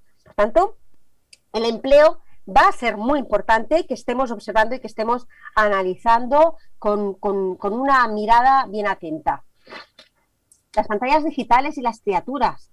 Bueno, pues observamos también que las pantallas digitales durante el confinamiento no fueron solo una oportunidad, sino que en muchos casos se convirtieron en un recurso perverso y una herramienta facilitadora de esa jornada laboral de las personas adultas. ¿Cómo te sientes al terminar el día? Bien, esta era la manifestación que nos hacía una mujer con una brillantísima carrera profesional, con una formación extraordinaria, y nos decía: la verdad es la sensación que me invade todas estas semanas es de pérdida. A mí me explota mucho en la cara, lo expresaba el otro día, como que yo ya voy desbordada, este curso voy desbordada de ocupación, y al meter toda esa ocupación en casa no me deja margen de maniobra, entonces acabo tan desbordada y un poco triste también por haber llegado a esta situación y de haberme enfadado mucho durante el día, haber gritado mucho a nombre de la hija, haberme enfadado mucho con nombre de la pareja, de haberme enfadado conmigo misma, que acabo bien. En definitiva, esta manifestación nos está hablando de la explosión emocional de una mujer que está exhausta, que ya no sabe cómo poder seguir conduciendo su vida. Estamos frente a un gran riesgo. Porque no podemos permitirnos perder todo este talento femenino y estamos frente a un gran riesgo. Todas las políticas públicas invertidas, todas las políticas educativas invertidas en esas personas que nos están dando estos indicadores de brillantez, de productividad, puede realmente llevarnos a un gran problema. Por tanto, la salida de la pandemia y todos esos dineros que dicen que vendrán desde Europa, tendremos que observar dónde los invertimos y cómo incorporamos esa perspectiva de género a la hora de proteger el empleo para las mujeres, porque si no protegemos el empleo de las mujeres, estamos hablando también de la feminización de la pobreza para ahora, la feminización de la pobreza para el futuro, pero no solo la feminización de la pobreza, sino también la pobreza infantil, porque no podemos ignorar que hay una gran cantidad de unidades familiares que están regidas por mujeres con criaturas a cargo. Bien, ahora ya, como sé que me queda muy poquito tiempo, simplemente os paso alguna fotografía de la muestra cuantitativa. Aquí podríamos estar también media hora, una hora más, hablando y observando, pero lo vamos a hacer muy rápidamente. Fijaos, se preguntaba, una de las preguntas era, ¿contaba antes con la ayuda de un empleado o empleada del hogar? Bueno, qué tontería preguntar por un empleado del hogar, en fin, pero bueno, queríamos ser políticamente correctas. Bueno, el 41,90% decían que sí, y, como no, preguntamos también sobre quién recaía la gestión de la comunicación y organización de las tareas que realizaba esta persona. Y como no, esto recaía sobre las mujeres. Vemos aquí, cuando es sobre mí, es un 82,3%. Las mujeres de la muestra, a las que yo entrevisté, cuando les preguntaba si habían contado con algún tipo si contaban con algún tipo de externalización de este trabajo reproductivo en la casa, aquellas que decían que sí, por supuesto, eran también las gestoras también de este recurso, porque ya sabemos que es que las mujeres necesitamos contar con ese recurso porque somos las únicas que producimos realmente necesidad de cuidados en los hogares. Nuestros dependientes que conviven muchas veces con nosotras, parece que no generan nunca esta necesidad de cuidados. Y hablo de cuidados en una amplia, desde una amplia acepción. Limpiar también es cuidar. Noto que el peso de la casa recae sobre mí. Bien, aquí fijaos en la respuesta. En la parte superior tenemos la respuesta ambos sexos, la del medio es la respuesta para las mujeres y la de abajo es la respuesta que dan los hombres. Las mujeres puntuaban aquí un 5,03 en que estaban totalmente de acuerdo, en que notaban que el peso recaía sobre ellas frente al 3,08 de los hombres. Estamos hablando de 2 puntos de diferencia. Bien, en otra pregunta de escala que lanzábamos en este cuestionario, me siento muy satisfecha con el reparto de las tareas del hogar. Vemos también la gran diferencia respecto a esa satisfacción. Mientras que las mujeres hablaban del 3,91, no se sentían tan satisfechas, los hombres hablaban del 5,22%. Ellos estaban mucho más satisfechos. ¿Quién es la persona encargada de ayudar en la educación a distancia de los hijos? Bueno, podéis observar que aquí nos encontramos también con esa mayoritaria respuesta de las mujeres. Por lo que observas en tu círculo cercano, ¿sobre quién está recayendo más frecuentemente la responsabilidad de la atención en los estudios? Pues otra vez nos vemos con el clásico. Eran las mujeres las que estaban realmente responsabilizándose y además también las que tenían un mayor nivel de exigencia.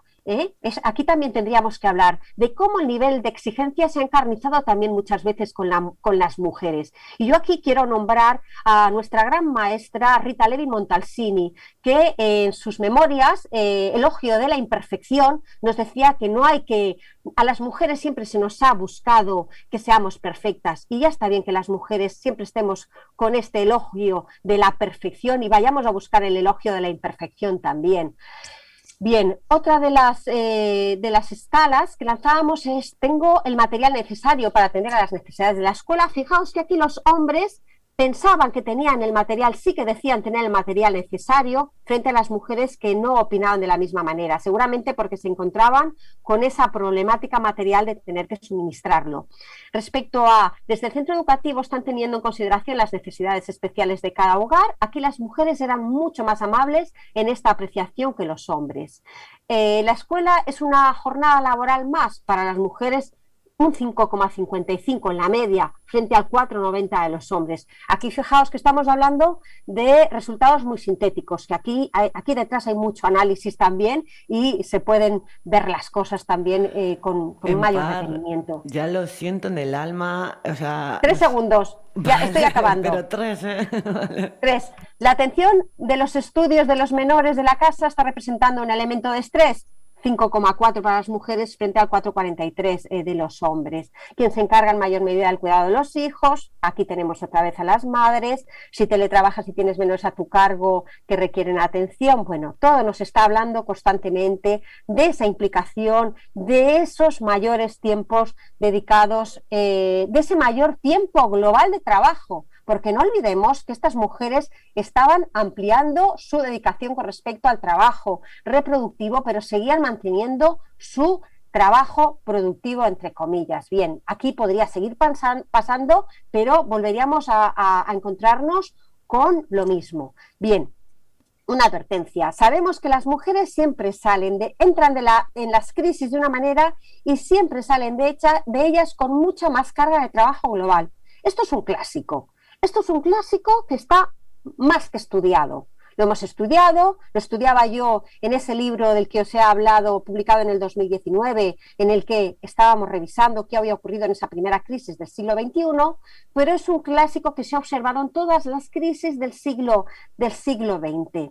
Y además, las mujeres, aquí vamos a mantenernos activadas. Aquí vamos a ver qué es lo que ocurre, pero es que las mujeres van a tener que mantenerse también en el empleo y vamos a ver en qué categoría de empleo se van a mantener las mujeres.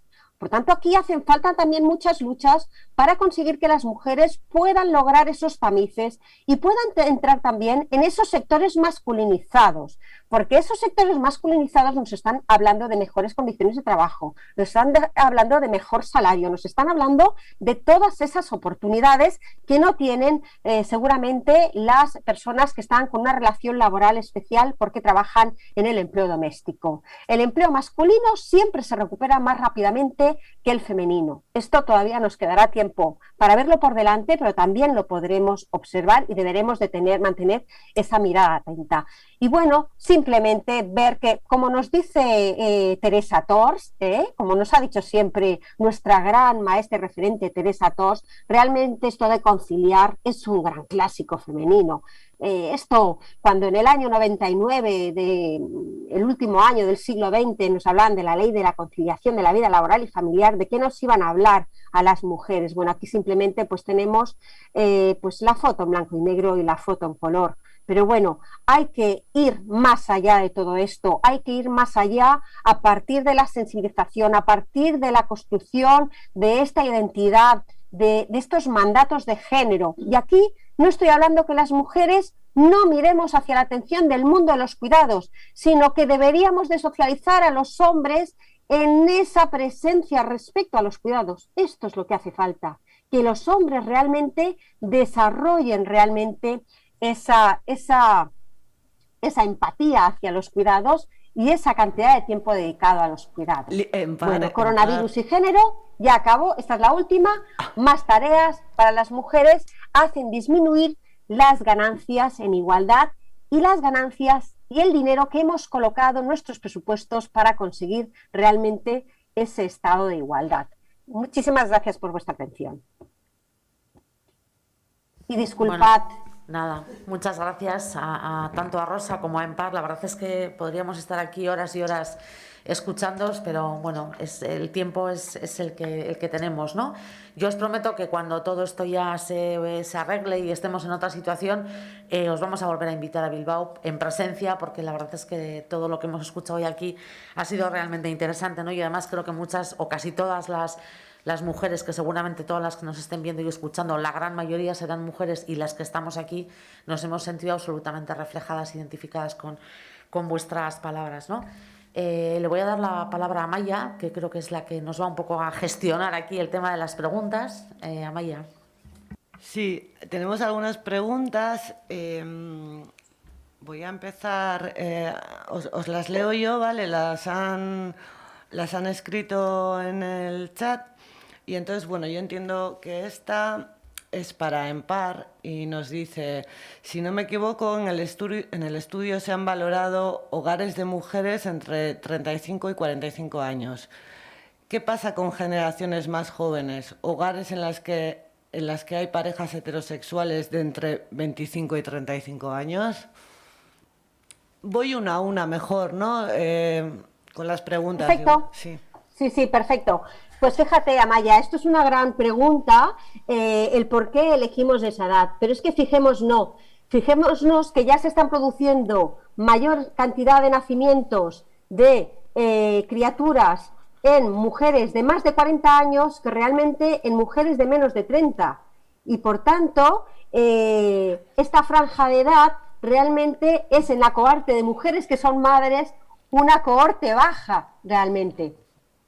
Por tanto, es por eso. Y después también tenéis que tener en cuenta la gran dificultad que se produjo durante la pandemia de poder acceder también a entrevistas. Por tanto, se empezó a hacer una muestra y después realmente vimos que el perfil que había habido en la muestra era el que había. Por tanto, hay que hablar de esos perfiles que teníamos en la muestra. Estamos hablando de una muestra, como hemos dicho, de las muestras de las mujeres, digamos, como más, entre comillas, privilegiadas, de las que pueden estar más cercanas a este estado igualitario, ¿verdad? A esta utopía, ¿verdad? O a este estado realmente que intentamos conseguir, porque son mujeres que tienen un alto nivel educativo, son mujeres que son exigentes en su trabajo, son mujeres que tienen una trayectoria continua con respecto al empleo, pero todas estas mujeres, estamos hablando que ahora mismo la primera maternidad en el Estado español se está produciendo a los 31 y cada crisis que pasamos, este 31 es mucho más alto en el tiempo, porque es que además yo digo aquí que realmente esto de ser madres va a ser una cuestión de clase dentro de poco, es decir, vamos a tener a las que van a poder tener criaturas, ¿verdad?, por una cuestión de clase, y a las que van a tener que vender su vientre. Espero que la legislación no favorezca esto, porque realmente no se está facilitando la posibilidad de lo que debería de ser, de mujeres que pudieran ser trabajadoras y que además pudieran ser madres. Muchas gracias, Empar. Vamos a hacer, bueno, tengo aquí otra para Rosa, así vamos alternando un poco. Bueno, lo primero que me dice es que, o que te dice, que quiere agradecer la síntesis y la conferencia tan interesante. Pero dice, me genera una duda la intervención. Cuando hablamos de la división de espacios de subjetividades, de toda la estructura social y de la jerarquización que existe entre los dos espacios, se menciona el aspecto económico como criterio de jerarquización. También se habla de nuestra socialización, la de las mujeres desde la importancia vital y la responsabilidad única hacia los cuidados en detrimento de nuestro papel en la vida. Desde esta perspectiva parece que el reto estaría en deshacerse de esta socialización, de esas prioridades del cuidado sin culpa, o de valorar estos trabajos de cuidados, pero desde la perspectiva economicista o mercantilista no se contribuye a esos objetivos neoliberales que has comentado al final. ¿Cómo podríamos romper esa jerarquía sin caer en la mercantilización? Muchas gracias. ¿Me oís bien ahora? ¿Sí? Sí. Me quedé antes me quedé un poco preocupada porque no se oía bien. Bueno, cuando yo explicaba que la división entre la esfera privado-doméstica y la esfera público-política estaba marcada por la falta de recursos de la esfera privado-doméstica, cuando utilizo el concepto de recursos no me estoy refiriendo a dinero exclusivamente, que también y es extraordinariamente importante. Me estoy refiriendo, por supuesto, a recursos mucho más amplios. Por ejemplo, recursos de autoridad, por ejemplo, recursos de poder, por ejemplo, recursos de empoderamiento, recursos relacionados con la autonomía.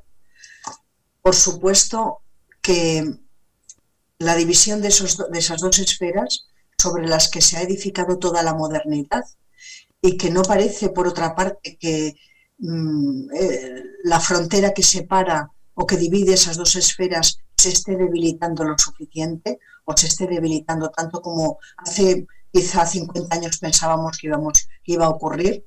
Bueno, pues esas diferencias de recursos tienen que ver con la socialización, tienen que ver, lo voy a decir de otra manera, porque comprendo además muy bien tu y la pregunta que has hecho. El sistema social patriarcal tiene una columna vertebral, y esa columna vertebral es la división sexual del trabajo. Pero eso es solamente la columna vertebral. Sobre esa columna vertebral hay todo un entramado institucional, hay todo un entramado ideológico. Y desde ese punto de vista yo diría que todo ese entramado, todas las instituciones y todas las realidades sociales que forman parte de ese entramado son muy relevantes y que probablemente no hay ninguna estratificación ni hay ninguna realidad institucional o social que es infinitamente más relevante o más importante que las otras. Cuando pensamos en una sociedad patriarcal, pensamos en una sociedad patriarcal, en lo que tenemos que pensar es en que es una realidad homogénea, en la que todas las instituciones están al servicio del resto de las instituciones para que se produzca, para que sea posible la reproducción del sistema social. Eso lo explicaba en un sentido completamente diferente, lo explicaba el propio Durkheim, que como decía antes, en su vida era todo menos feminista, más bien es al revés, sus teorías han contribuido, ¿no?, a sostener, a apoyar, a asentar, a reforzar el pensamiento androcéntrico. Entonces, importantísimo entender eso. Bien, ¿cómo podríamos no hacer una lectura, digamos, demasiado economicista? Mira, bajo mi punto de vista,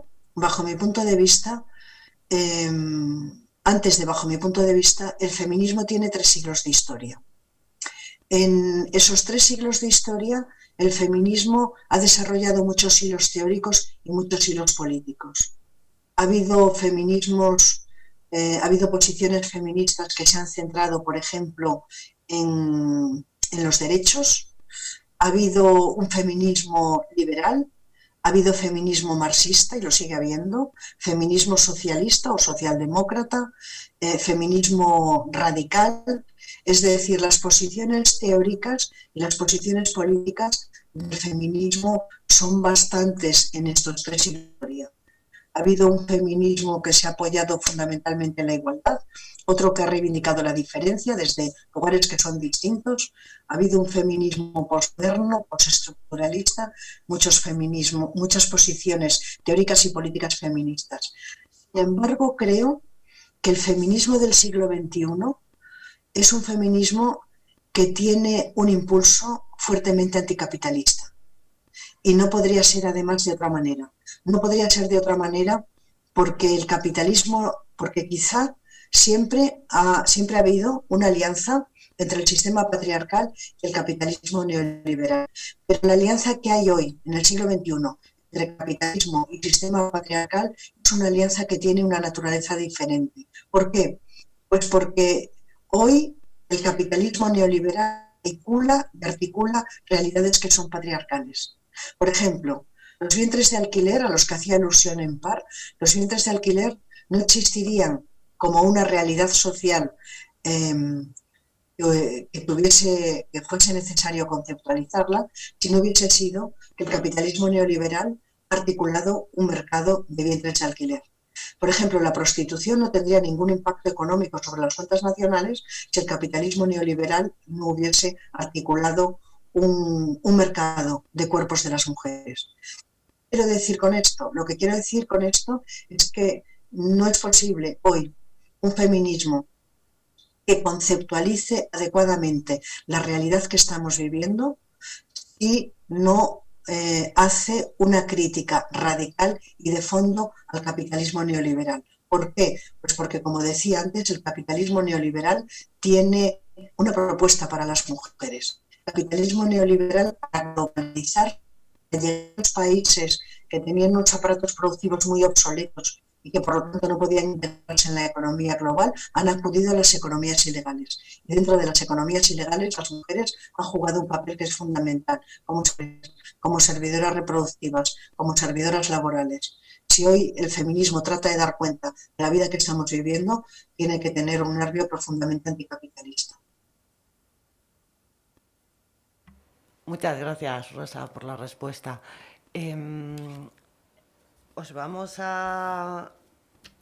Os voy a leer una última pregunta ya por los tiempos. Os pido a las dos que os ajustéis y es un poco para las dos, ¿no? Se ha hablado, ¿no?, de cómo a las mujeres nos han socializado en el no poder.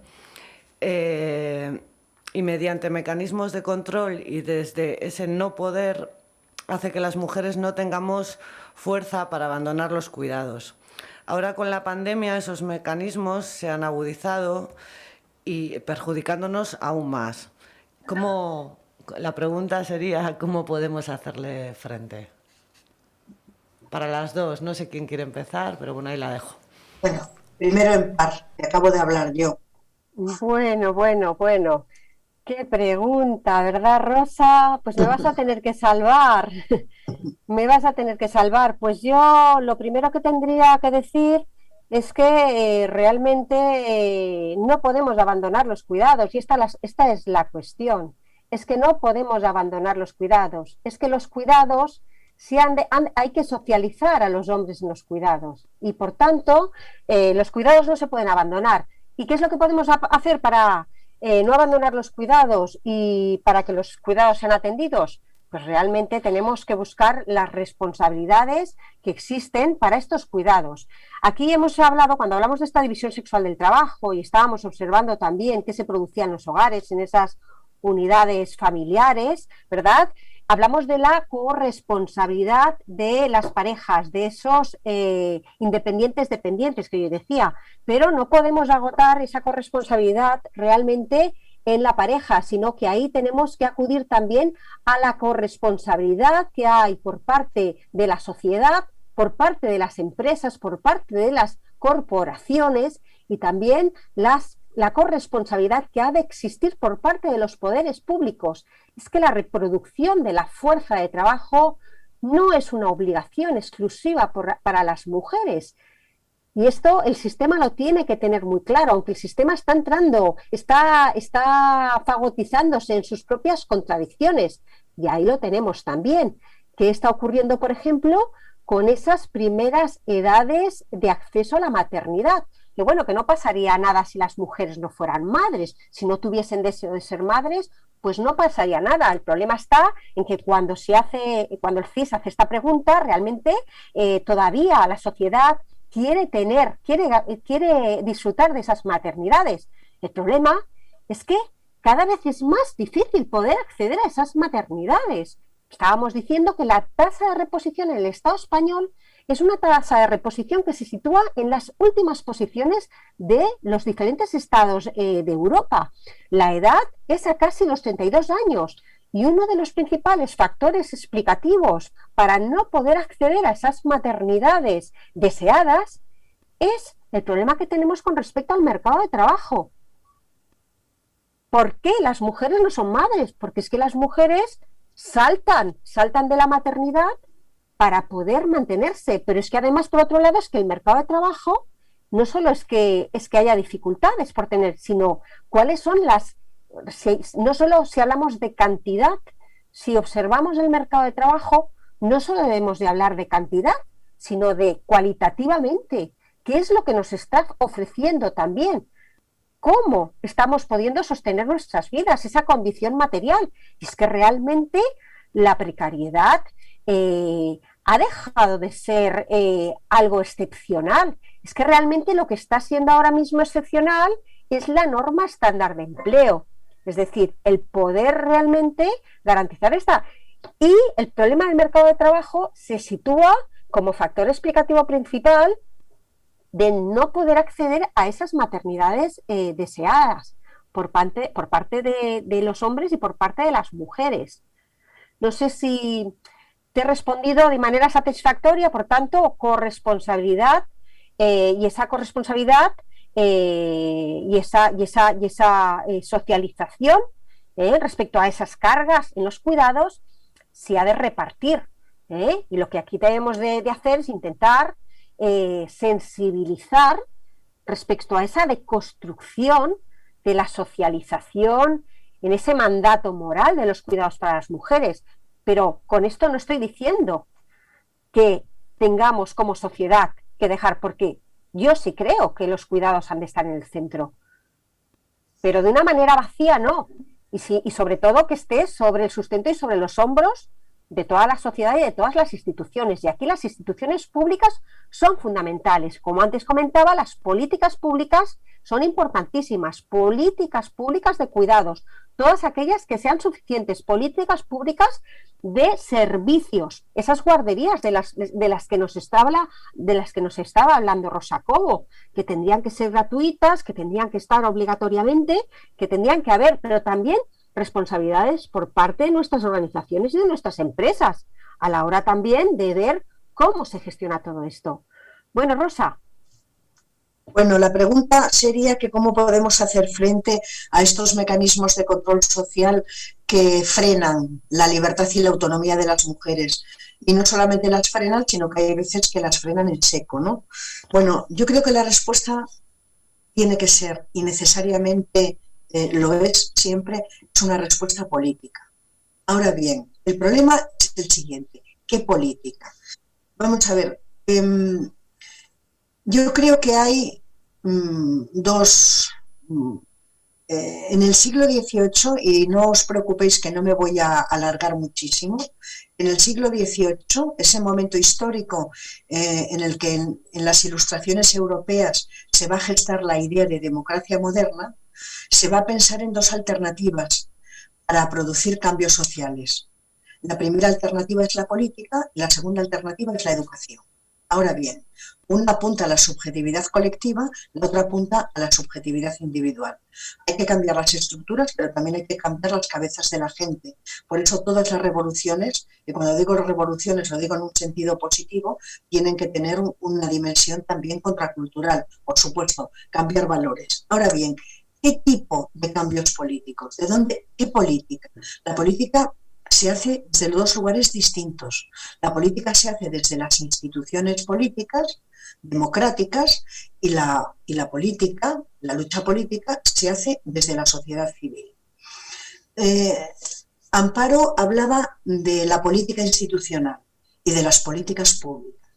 Y cómo las políticas públicas tienen que estar muy bien diseñadas. Las políticas públicas dirigidas a mujeres tienen que estar, desde luego, diseñadas también por mujeres que son feministas, porque si no, si una política pública no está bien diseñada, no tiene efectos de cambio social. Pero antes de esas políticas públicas hay otra política. Es la política que históricamente ha hecho el movimiento feminista en la sociedad civil, la que ha hecho en las calles, las movilizaciones sociales. No va a haber ningún cambio social que lo haga el poder político si ese cambio social no se sustenta en las demandas de los movimientos sociales. Vamos, es que esto es una cuestión de sentido común, lo sabemos. Nunca ha sido así y nunca lo será, porque las instituciones democráticas responden en la medida en que hay demandas en la sociedad civil.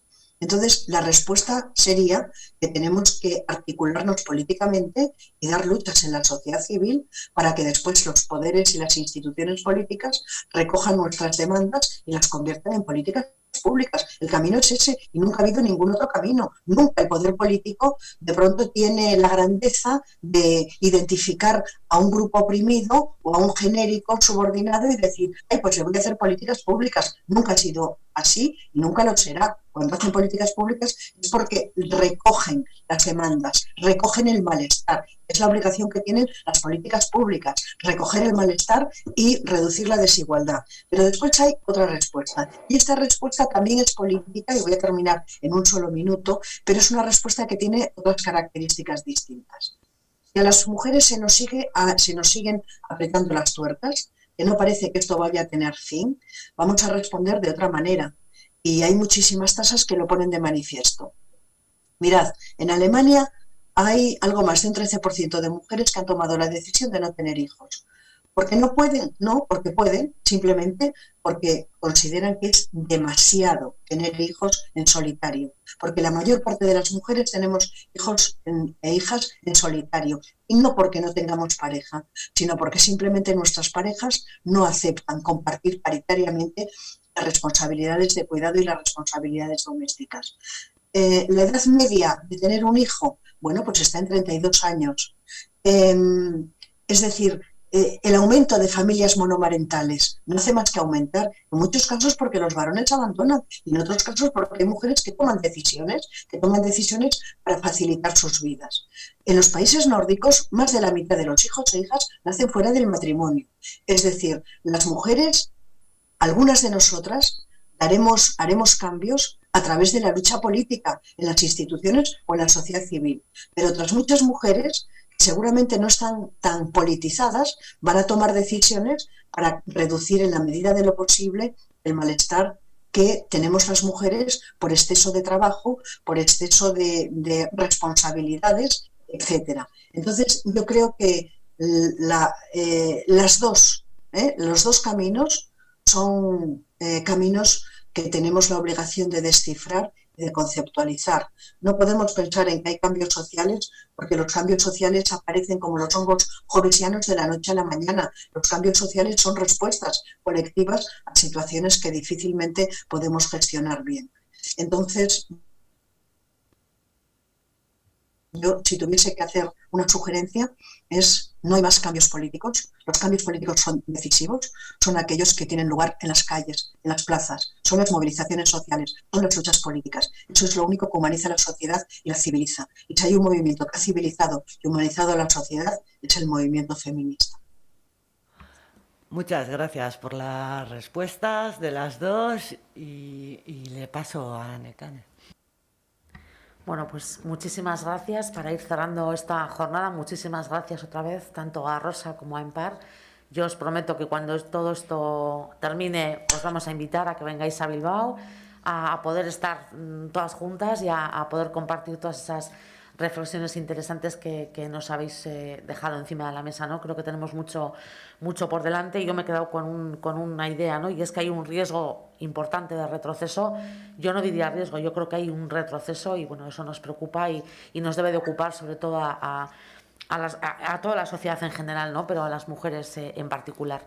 Muchísimas gracias. Y antes de acabar, y como recordatorio, sabéis que desde el área de igualdad estamos trabajando en la restitución de los derechos y en el reconocimiento de las mujeres que han sido víctimas y supervivientes de las violencias machistas y de los menores. Y sabéis que hemos realizado un mural en Bilbao la Vieja, un mural que vamos a presentar este próximo día 15 y además el día 17, el próximo miércoles por la tarde, vamos a celebrar una webinar también en la que contaremos con la presencia de Yanir Estebanez, de Inma Mata y de la artista del mural, de Ruth Juan, para reflexionar y bueno, pues recibir aportaciones sobre la reparación de las supervivientes de las violencias machistas. Y si os quería recordar además que en este caso no se va a poder seguir por streaming y que es imprescindible inscribirse para poder seguir la sesión del día 17. También os invito a vosotras dos, tanto a Rosa como a Empar, a que si tenéis un huequito pues lo podáis seguir. Pero bueno, espero que lo podáis ver en persona cuando nos visitéis en Bilbao. Y con esto damos por finalizada la jornada. Creo que ha sido una jornada interesante por las que nos van llegando, ¿eh? Ha habido más gente que ha querido hacer preguntas, pero bueno, es imposible, el tiempo es el que es. Y bueno, yo agradeceros una vez más a ambas, a las dos ponentes y a todas las personas que nos habéis estado siguiendo por streaming y a las que os habéis inscrito, y agradecer también a todos los servicios técnicos de este ayuntamiento, que sobre todo a Raúl, que no sé si nos está escuchando por ahí, igual ya le hemos asustado, pero muchísimas gracias a todos y a todo el equipo del área que está aquí presente conmigo, aunque no las veis. Es que ricasco. Ricasco. Ricasco.